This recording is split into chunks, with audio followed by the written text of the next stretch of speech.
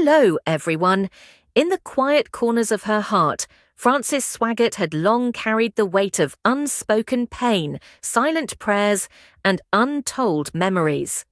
And now, with the passing of her beloved husband, Jimmy Swaggart, she has chosen to let the world into a deeply personal moment, a letter she never thought she'd share.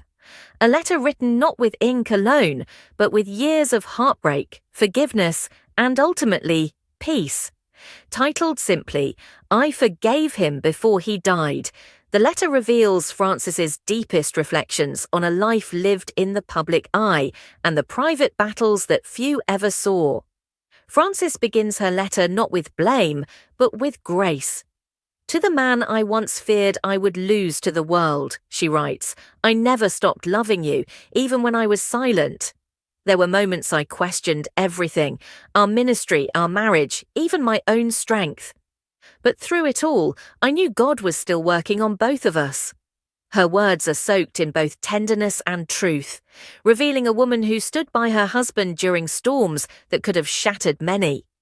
Jimmy's fall from grace in the late 1980s wasn't just a public scandal, it was a private heartbreak. And yet, Frances stayed. She recalls those early days of their ministry, when passion burned bright, and the dream of spreading the gospel was bigger than any platform.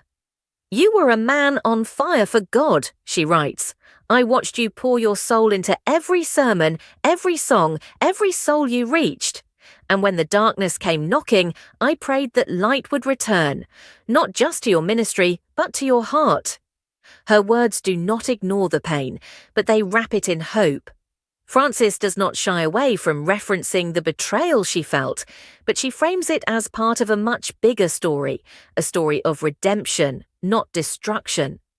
In one particularly emotional part of the letter, Frances opens up about the nights she cried alone.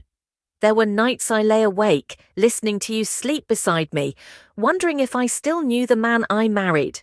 But every time I thought about walking away, God whispered to my spirit, 'Stay, forgive, believe again.'" These are not the words of a weak woman, but of a warrior of faith, someone who chose grace when vengeance would have been easier. As the letter continues, she reflects on their final years together. "You softened, Jimmy. You became more tender, more present. You held my hand like you used to. You looked at me with eyes that knew they had caused pain, but also with eyes that begged for healing." Frances makes it clear that while full reconciliation took time, she had made her peace before death came knocking. "I forgave you long before you took your last breath. I had to, for you, for me, for the legacy we built together." Frances closes her letter with a profound sense of closure and hope. "You were never perfect, Jimmy, but neither was I. Together we were flawed vessels that God still used to pour out His glory. I forgive you and I love you, always." Her signature, elegant and deliberate, marks not just the end of the letter, but the end of an era marked by great revival, greater scandal, and ultimately grace that covered it all. This letter, once intended to remain private, now echoes as a powerful testimony. Not of fame or failure, but of forgiveness.